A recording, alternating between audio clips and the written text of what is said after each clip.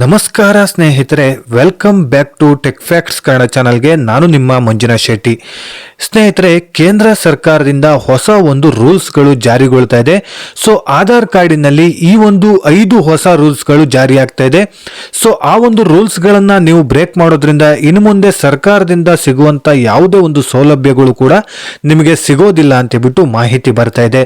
ಹಾಗಿದ್ರೆ ಯಾವ ಒಂದು ಹೊಸ ರೂಲ್ಸ್ಗಳನ್ನು ಈಗ ಸರ್ಕಾರ ಜಾರಿಗೊಳಿಸ್ತಾ ಇದೆ ಅಂತ ಈ ವಿಡಿಯೋದಲ್ಲಿ ಕಂಪ್ಲೀಟ್ ಆದಂತ ಮಾಹಿತಿನ ತಿಳ್ಕೊಳ್ಳೋಣ.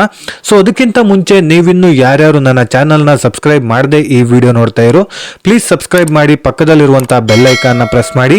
ಸ್ನೇಹಿತರೆ, ನೀವು ಸಬ್ಸ್ಕ್ರೈಬ್ ಮಾಡಿ ನನಗೆ ಸಪೋರ್ಟ್ ಮಾಡೋದ್ರಿಂದ ಇದೇ ರೀತಿಯಾದಂತಹ ಒಳ್ಳೊಳ್ಳೆ ಕಂಟೆಂಟ್ ಇರುವಂತಹ ವಿಡಿಯೋಗಳನ್ನ ನಿಮ್ಮ ಮುಂದೆ ತರಲಿಕ್ಕೆ ನನಗೆ ಪ್ರೋತ್ಸಾಹ ಸಿಗುತ್ತೆ ಅಂತ ಹೇಳ್ತಾ, ಇದುವರೆಗೂ ಯಾರ್ಯಾರು ನನ್ನ ಚಾನಲ್ನ ಸಬ್ಸ್ಕ್ರೈಬ್ ಮಾಡಿ ನನಗೆ ಸಪೋರ್ಟ್ ಮಾಡ್ತಾ ಬಂದಿದ್ದೀರೋ ಅವರೆಲ್ಲರಿಗೂ ಕೂಡ ತುಂಬಾನೇ ಥ್ಯಾಂಕ್ಸ್. ಈ ವಿಡಿಯೋ ನಿಮಗೆ ಇಷ್ಟ ಆಗ್ತಾ ಇದ್ರೆ ಲೈಕ್ ಮಾಡಿ, ಸಾಧ್ಯವಾದಷ್ಟು ನಿಮ್ಮ ಸ್ನೇಹಿತರಿಗೆ ಈ ವಿಡಿಯೋನ ಶೇರ್ ಮಾಡಿ, ಅವರಿಗೂ ಕೂಡ ಈ ವಿಡಿಯೋದಿಂದ ಉಪಯೋಗನ ಪಡ್ಕೊಳ್ಳಿ ಅಂತ ಹೇಳ್ತಾ ವಿಡಿಯೋನ ಶುರು ಮಾಡೋಣ ಬನ್ನಿ.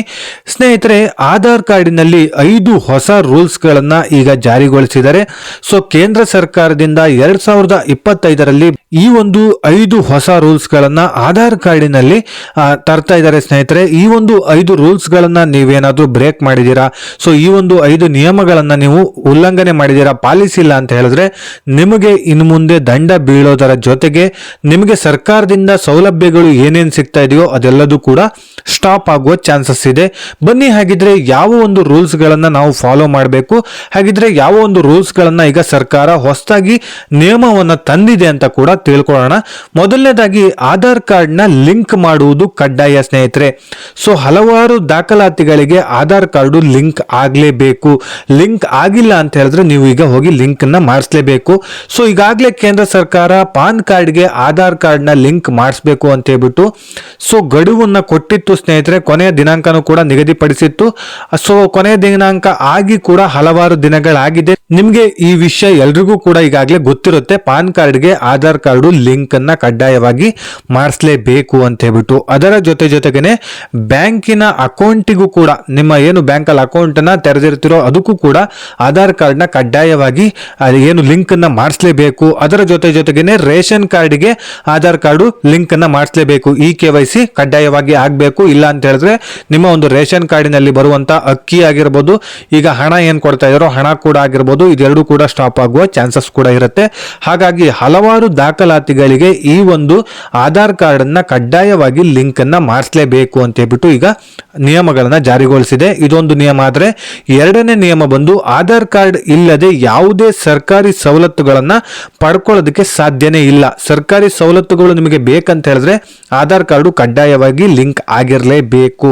ಸೊ ಆಧಾರ್ ಕಾರ್ಡ್ ವೆರಿಫೈಡ್ ಆಗದಿದ್ದರೆ ಸರ್ಕಾರದಿಂದ ಯಾವುದೇ ಒಂದು ಸವಲತ್ತುಗಳು ನಿಮಗೆ ಸಿಗೋದಿಲ್ಲ. ಸಬ್ಸಿಡಿ ಆಗಿರ್ಬೋದು, ಹಾಗೆ ಗ್ಯಾಸ್ ಕಲೆಕ್ಷನ್ ಆಗಿರ್ಬೋದು, ಪಿಂಚಣಿ ಆಗಿರ್ಬೋದು, ಇದೆಲ್ಲದಕ್ಕೂ ಕೂಡ ಆಧಾರ್ ಕಾರ್ಡು ಕಡ್ಡಾಯವಾಗಿ ಲಿಂಕ್ ಆಗಿರಲೇಬೇಕು ಅಂತ ಹೇಳ್ಬಿಟ್ಟು ಈಗ ಸರ್ಕಾರ ರೂಲ್ಸ್ ಮಾಡಿದೆ. ಸ್ನೇಹಿತರೆ, ಮೂರನೇ ರೂಲ್ಸ್ ಬಂದು ಬಯೋಮೆಟ್ರಿಕ್ ಅಪ್ಡೇಟ್ ನ ಮಾಡಿಸೋದು ಕಡ್ಡಾಯ.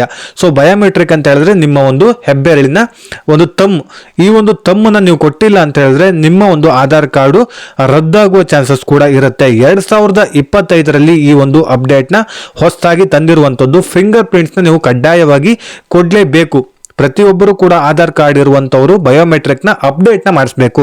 ಸೊ ಈ ಒಂದು ಬಯೋಮೆಟ್ರಿಕ್ ಅಪ್ಡೇಟ್ ನ ಎಲ್ಲಿ ಮಾಡಿಸ್ತಾರೆ ಅಂತ ಹೇಳಿದ್ರೆ ಸ್ನೇಹಿತರೆ, ನಿಮ್ಮ ಹತ್ತಿರದ ತಾಲೂಕ್ ಆಫೀಸ್ ನಲ್ಲೂ ಕೂಡ ಮಾಡ್ತಾರೆ, ಬಯೋಮೆಟ್ರಿಕ್ ಅಪ್ಡೇಟ್ ಮಾಡ್ತಾರೆ. ಇಲ್ಲ ಅಂತ ಹೇಳಿದ್ರೆ ಕೆಲವೊಂದಿಷ್ಟು ಬ್ಯಾಂಕ್ಗಳು ಕೂಡ ರಿಜಿಸ್ಟರ್ ಮಾಡ್ಕೊಂಡಿರ್ತಾರೆ. ಈ ಒಂದು ಆಧಾರ್ ಕಾರ್ಡ್ ನ ಅಪ್ಡೇಟ್ ಮಾಡೋದಕ್ಕೂ ಕೂಡ ಪರ್ಮಿಷನ್ ಅವರು ತೆಗೆದುಕೊಂಡಿರ್ತಾರೆ. ಅಂತ ಬ್ಯಾಂಕ್ಗಳಲ್ಲೂ ಕೂಡ ಬಯೋಮೆಟ್ರಿಕ್ ಅಪ್ಡೇಟ್ ನ ಮಾಡ್ಕೊಡ್ತಾರೆ. ಇಲ್ಲ ಅಂತ ಹೇಳಿದ್ರೆ ಬೆಂಗಳೂರು ಆಗಿರ್ಬೋದು, ಕರ್ನಾಟಕ ಒಂದು ಕೇಂದ್ರಗಳಲ್ಲೂ ಕೂಡ ಈ ಒಂದು ಬಯೋಮೆಟ್ರಿಕ್ ಅಪ್ಡೇಟ್ ನ ಮಾಡಿ ಕೊಡ್ತಾರೆ. ಸ್ನೇಹಿತರೆ, ಸೊ ಇದಿಷ್ಟು ಮೂರನೇ ಒಂದು ರೂಲ್ಸ್ ಆಯ್ತು. 4ನೇ ರೂಲ್ಸ್ ಬಂದು ಆಧಾರ್ ಕಾರ್ಡ್ ದುರುಪಯೋಗಕ್ಕೆ ಕಠಿಣ ನಿಯಮವನ್ನ ಜಾರಿಗೊಳಿಸ್ತಾ ಇದ್ದಾರೆ.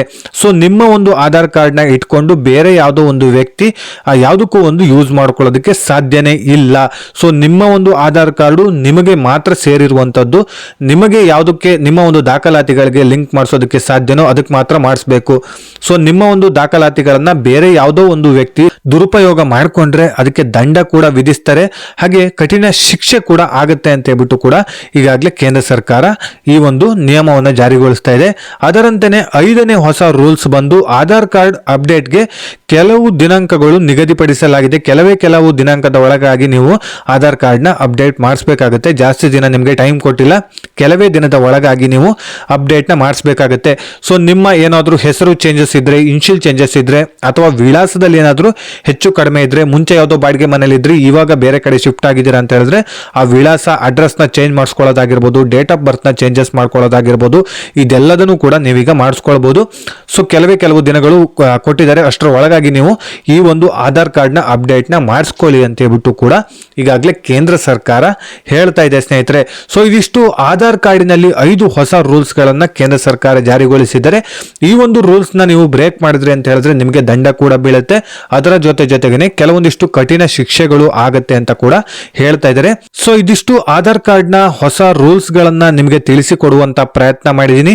ಸೊ ಸ್ನೇಹಿತರೆ, ಈ ಒಂದು ವಿಡಿಯೋದಿಂದ ನಿಮಗೆ ಸ್ವಲ್ಪನಾದ್ರೂ ಉಪಯೋಗ ಆಗಿದೆ ಅಂತ ಹೇಳಿದ್ರೆ ದಯವಿಟ್ಟು ಟೆಕ್ ಫ್ಯಾಕ್ಟ್ಸ್ ಕನ್ನಡ ಚಾನಲ್ಗೆ ಸಬ್ಸ್ಕ್ರೈಬ್ ಆಗೋದನ್ನ ಮಾತ್ರ ಮರಿಬೇಡಿ. ಜೊತೆಗೆ ನಿಮ್ಮ ಸ್ನೇಹಿತರಿಗೆ ಈ ವಿಡಿಯೋನ ಶೇರ್ ಮಾಡಿ, ಹಾಗೇನೆ ಈ ವಿಡಿಯೋಗೊಂದು ಲೈಕ್ ಕೊಡಿ ಅಂತ ಕೇಳ್ಕೊಳ್ತಾ ಇದೇ ರೀತಿ ಇನ್ಫಾರ್ಮೇಟಿವ್ ವಿಡಿಯೋ ಒಂದಿಗೆ ನಾನು ಮುಂದಿನ ವಿಡಿಯೋದಲ್ಲಿ ಸಿಗ್ತೀನಿ.